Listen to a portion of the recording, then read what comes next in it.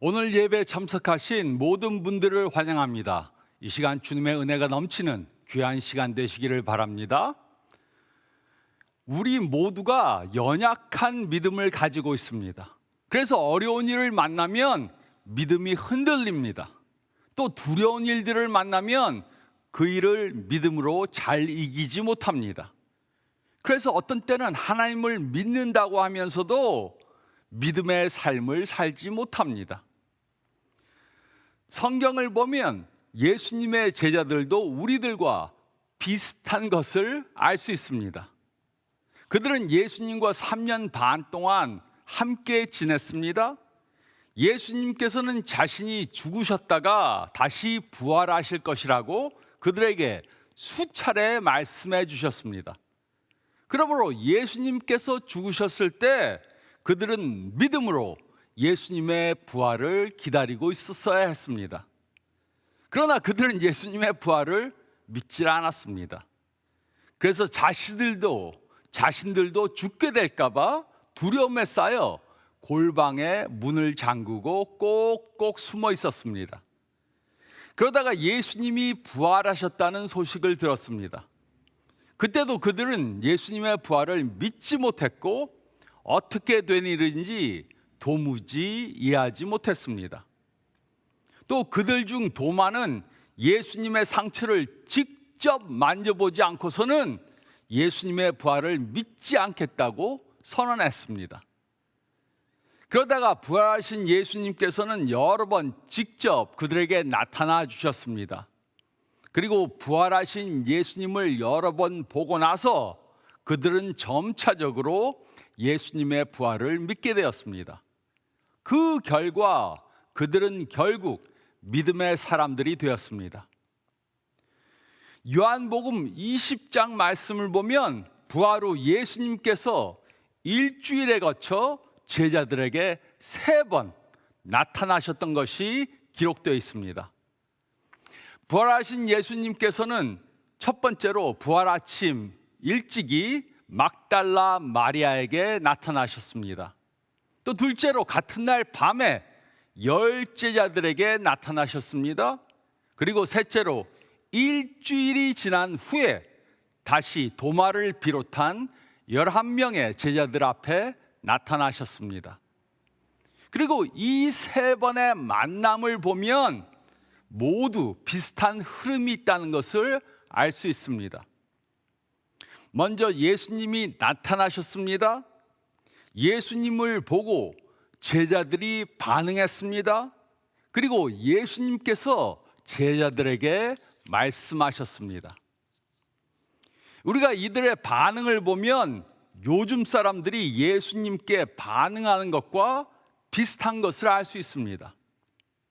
이들은 모두가 부족한 믿음을 가지고 있었습니다. 그래서 예수님께서는 그들 가운데 나타나셔서 그들의 믿음이 성장하도록 도와주셨습니다. 그리고 그들은 결국 굳건한 흔들리지 않는 믿음을 갖게 되었습니다.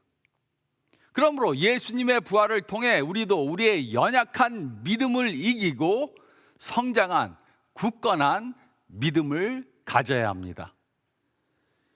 오늘 본문은 우리가 어떻게 이렇게 흔들리지 않는 믿음을 가질 수 있는지 다음 3가지로 말하고 있습니다.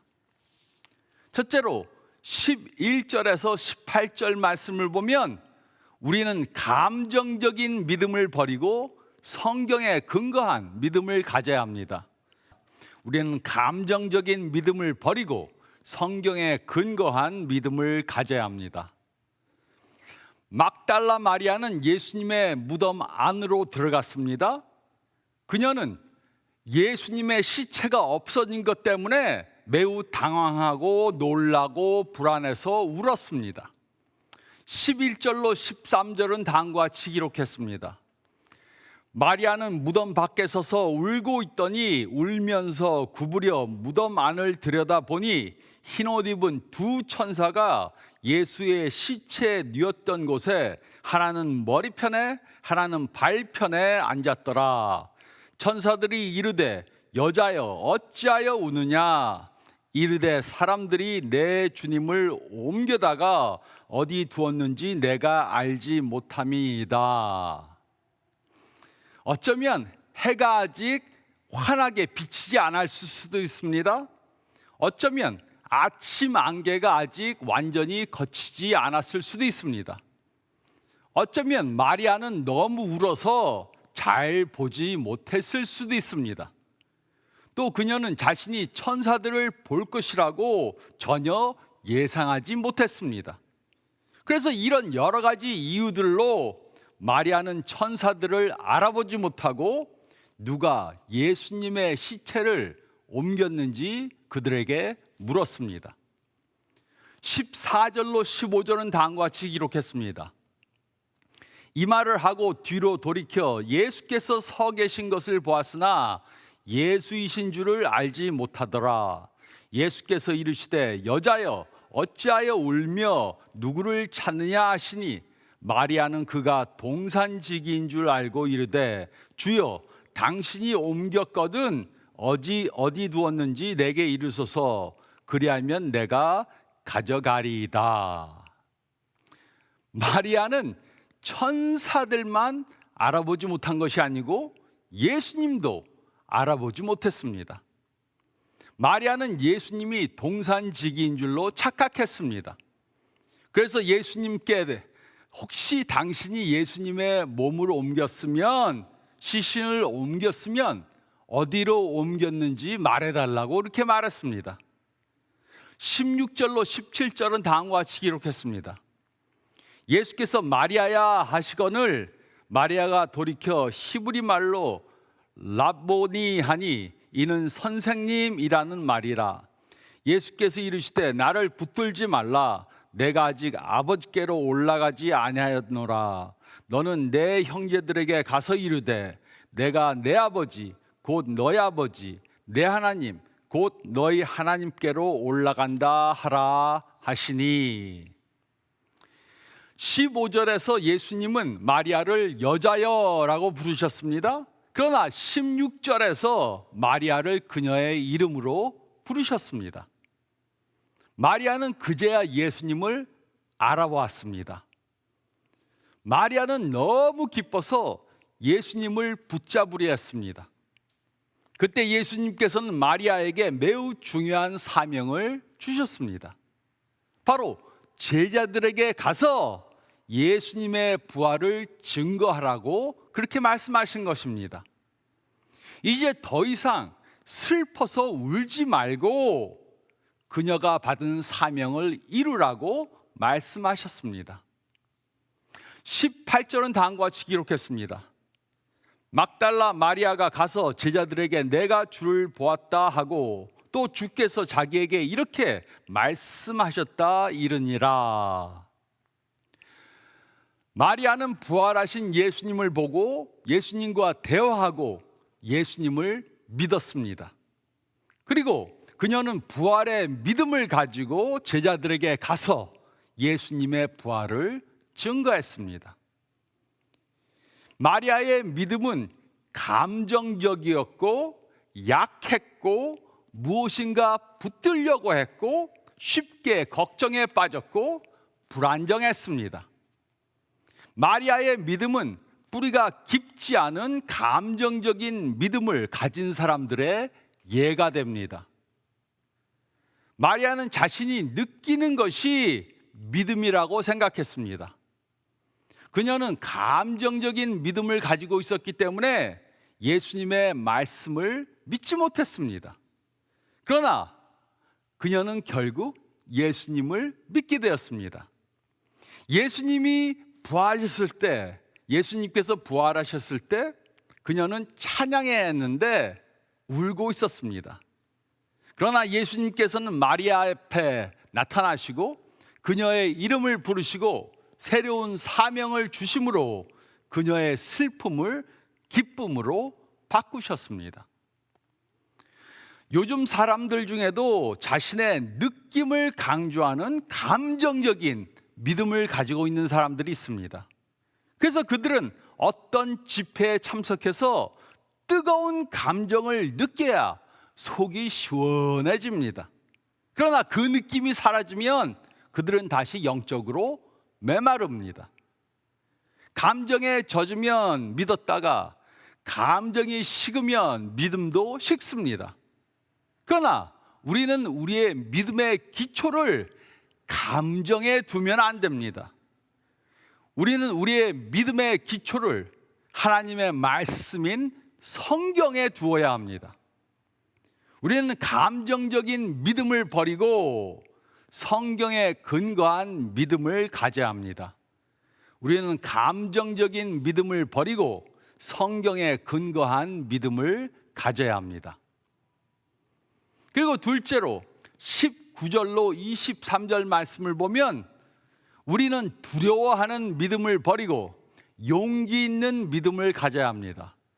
우리는 두려워하는 믿음을 버리고 용기 있는 믿음을 가져야 합니다. 19절은 다음과 같이 기록했습니다. 이날 곧 안식 후 첫날 저녁 때 제자들이 유대인들을 두려워하여 모인 곳에 문들을 닫았더니 예수께서 오사 가운데 서서 이르시되 너에게 평강이 있을지어다. 이 제자들은 유대교 인도자들을 두려워해서 모든 문들을 잠그고 방 안에 숨어 있었습니다. 그때 예수님께서 방 안에 갑자기 나타나셨습니다. 문들이 모두 잠긴 방 안에 나타나시니까 제자들은 깜짝 놀랐습니다. 두려움과 불안과 놀라움에 있는 제자들에게 예수님께서는 평강이 있을지어다 라고 말씀하셨습니다. 그러자 제자들은 예수님께 가까이 갔습니다. 20절로 23절은 다음과 같이 기록했습니다. 이 말씀을 하시고 손과 옆구리를 보이시니 제자들이 주를 보고 기뻐하더라. 예수께서 또 이르시되 너에게 평강이 있을지어다. 아버지께서 나를 보내신 것 같이 나도 너희를 보내노라. 이 말씀을 하시고 그들을 향하사 숨을 내쉬며 이르시되 성령을 받으라. 너희가 누구의 죄든지 사하면 사여질 것이요 누구의 죄든지 그대로 두면 그대로 있으리라 하시니라. 제자들은 그들의 두려움에 쌓인 믿음을 이겨야만 했습니다. 그런데 예수님께서는 어떻게 그들의 두려움을 용기로 바꾸셨습니까? 예수님께서는 그들의 두려움을 용기로 바꾸시기 위해 그들을 찾아오셨습니다. 그들이 두려움에 쌓여 있을 때 예수님께서는 그들 앞에 나타나셨습니다. 그리고 예수님께서는 그들을 안정시키셨습니다. 상처를 보여주시고 자신이 부활하신 예수님이심을 재확인시켜 주셨습니다. 그리고 그들의 두려움이 변해서 기쁨이 되었을 때 예수님께서는 그들에게 새로운 사명을 주셨습니다. 하지만 그들은 아직도 연약한 믿음을 가지고 있었습니다. 그래서 예수님께서는 그들에게 성령을 받으라고 말씀하셨습니다. 그들은 성령의 능력이 없이는 예수님께서 주신 사명을 감당할 수 없었습니다. 그래서 그들에게 성령을 받으라고 명령하신 것입니다. 예수님과 함께 하시던 성령님께서 제자들 안에 거할 때 그들은 두려운 믿음을 이기고 용기 있는 믿음의 소유자들이 된 것입니다. 예수님의 죽으심과 부활을 전하는 사역을 하기 위해 예수님께서는 그들에게 성령님을 보내주시고 또 죄사함을 선포하는 사명을 주셨습니다. 이곳에 죄를 용서하라는 명령은 특이한 구조로 쓰여져 있습니다. 너희가 누구의 죄든지 사하면 사여질 것이요 누구의 죄든지 그대로 두면 그대로 있으리라. 이곳의 첫 번째 동사 사라질 것이다는 부정 과거형으로 한순간에 행해지는 일을 말합니다.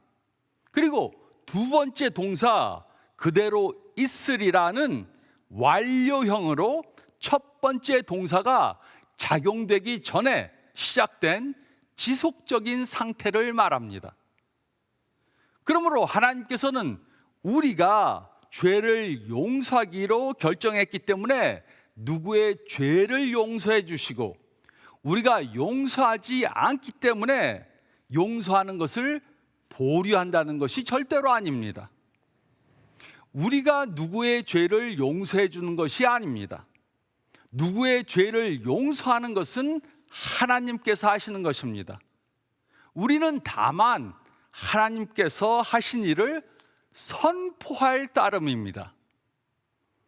복음을 선포하는 모든 사람들은 듣는 사람이 예수님을 죄를 대속하신 분으로 믿든지 아니면 믿지 않는지에 따라 그 사람의 죄를 용서됐다는 것을 선포하든가 선포하지 않던가 할 따름입니다.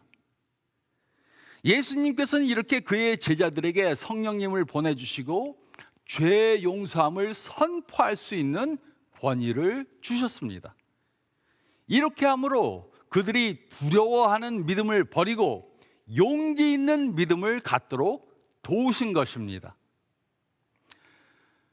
우리도 살다 보면 여러 가지 두려움을 가질 때가 있습니다. 미래에 대한 두려움, 죽음에 대한 두려움, 다른 사람들에 대한 두려움, 실패할 것에 대한 두려움, 연약함 때문에 있는 두려움, 가진 것이 부족할 것이라는 두려움. 우리는 살면서 이렇게 여러 가지 두려움들을 갖게 됩니다. 그러나 예수님의 부활 때문에 우리는 이런 두려움들을 이길 수 있습니다. 부활하신 예수님께서 우리와 함께 하시고 성령님께서 함께 하시기 때문에 이런 두려움들을 이길 수 있습니다. 우리는 두려워하는 믿음을 버리고 용기 있는 믿음을 가져야 합니다. 우리는 두려워하는 믿음을 버리고 용기 있는 믿음을 가져야 합니다.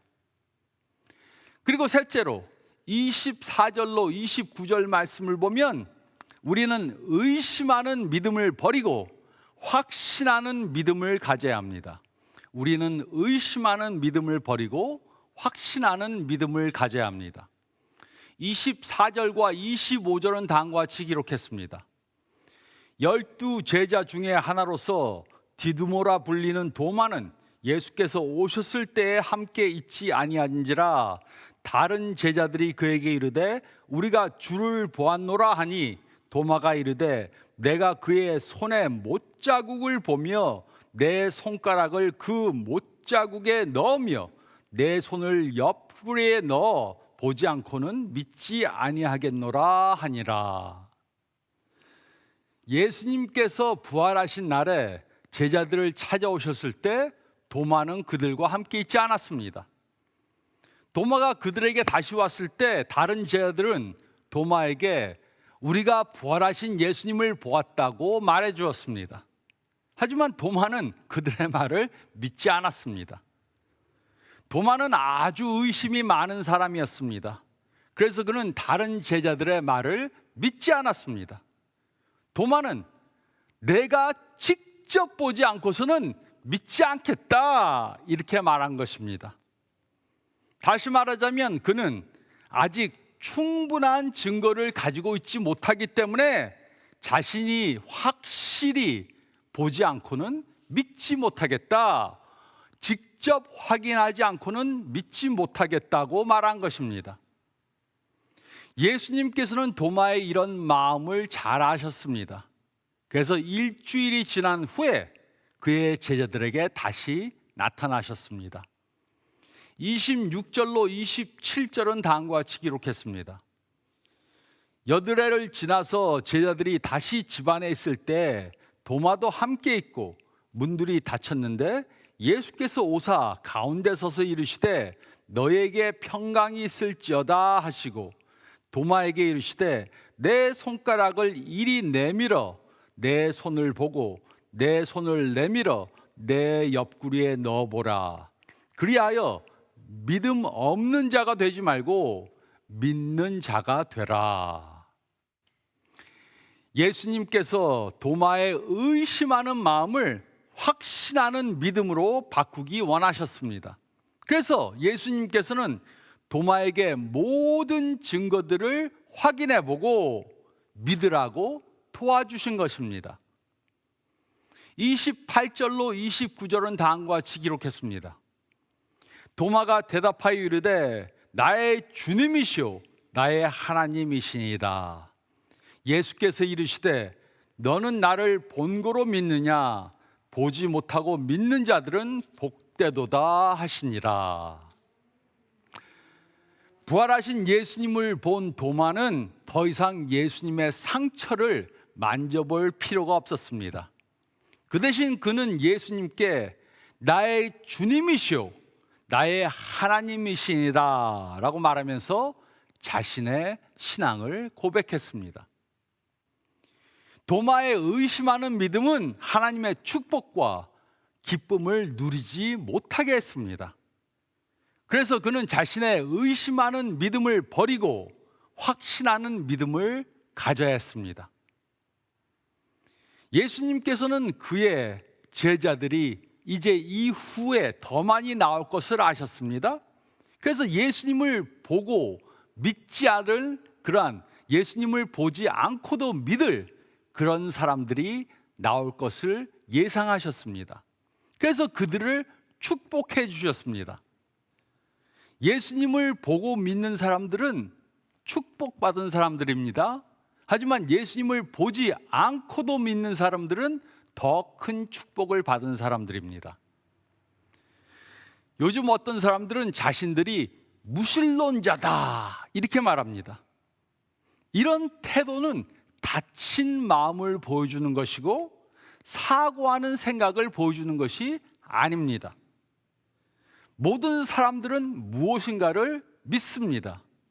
오직 다른 점은 무엇을 믿는가 하는 것입니다.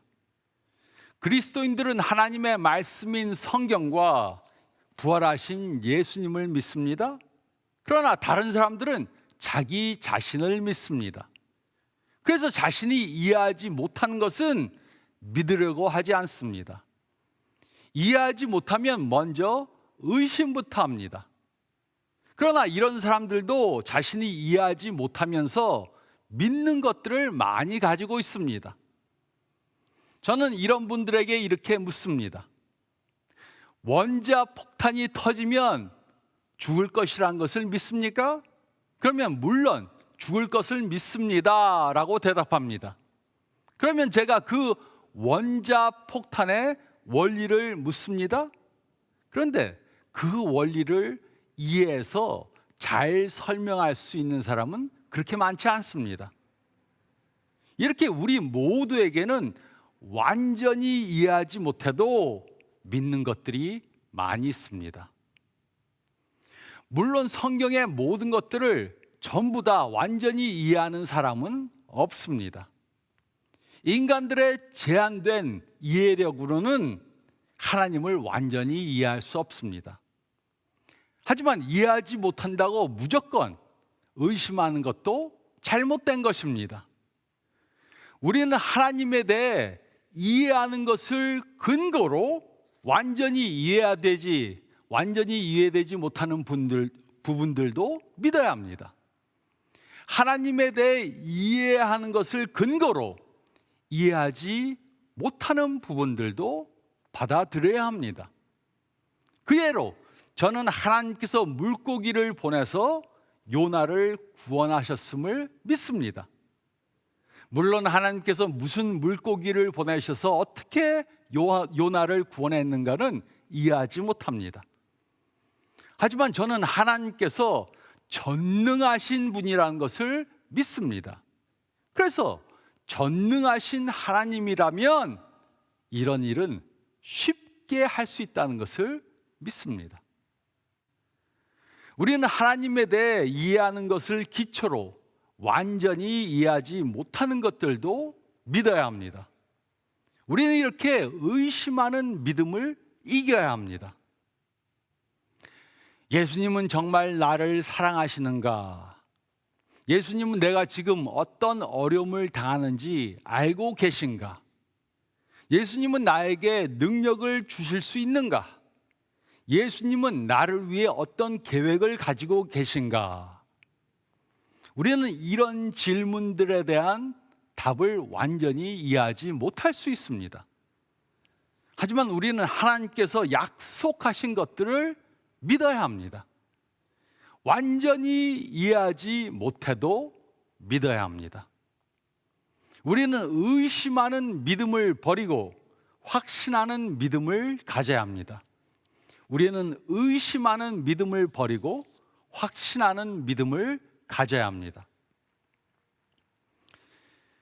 예수님과 가까이 지내던 제자들도 처음에는 예수님께서 부활하신 것을 믿지 못했습니다.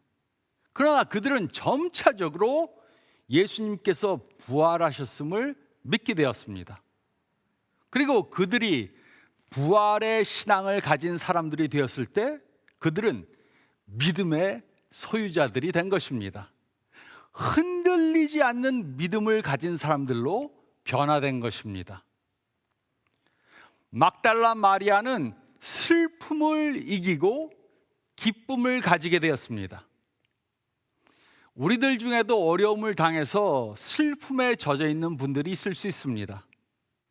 그러면 부활을 이기신 예수님을 믿는 믿음으로 그 슬픔을 기쁨으로 바꿔야 합니다.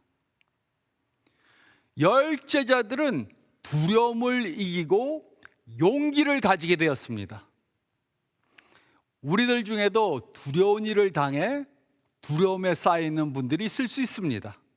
그러면 부활하신 예수님을 믿는 믿음으로 그 두려움을 이기고 용기를 가져야 합니다. 도마는 의심을 버리고 확신을 가지게 되었습니다. 우리들 중에도 의심을 이기지 못하고 믿음이 흔들리는 분들이 있을 수 있습니다.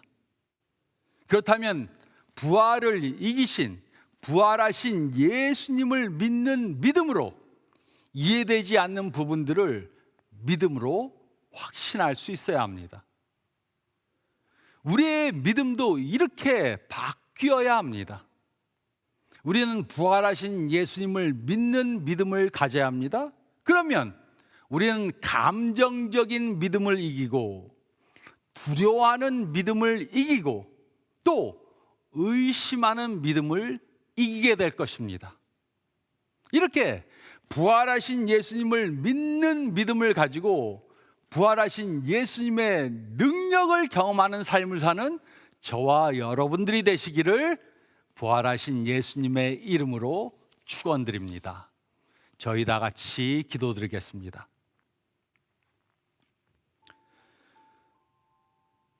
주님, 저희는 고백할 수밖에 없습니다. 저희의 믿음은 연약하고 많은 때 흔들립니다. 감정적인 믿음을 가지고 있어서 우리의 감정에 따라 믿음이 오르락 내리락 할 수 있습니다. 또 저희가 모든 일이 잘 될 때는 믿음을 소유하는 것 같은데 두려운 일을 당하면 작은 일에도 믿음이 흔들릴 수 있습니다. 또 이해하지 못하는 것이 있기 때문에 의심할 수 있습니다. 정말 하나님이 나를 사랑하시는가? 내가 지금 처한 상황을 알고는 계신가? 나를 어떻게 도와주실 것인가? 하나님에게는 불가능한 것이 없다는 것을 확실히 믿도록 도와주시고 죽으신 무덤에 묻히신 예수님을 부활시킨 그 능력이 저희와도 함께하고 그 하나님이 우리의 모든 것을 아시고 우리를 도우실 것이라는 확신을 가지고 어떤 일을 당해도 흔들리지 않도록 도와주시옵소서. 이런 부활하신 예수님을 믿는 믿음을 가짐으로 이 세상에서 어떤 일 가운데라도 흔들리지 않고 승리하는 저희 모두가 되게 도와주시옵소서. 감사드리며 부활하신 예수님의 이름으로 간절히 기도드리옵나이다. 아멘. 이렇게 부활을 믿는 믿음으로 한 주간 승리하는 저희 모두가 되기를 바랍니다. 건강하시기 바랍니다.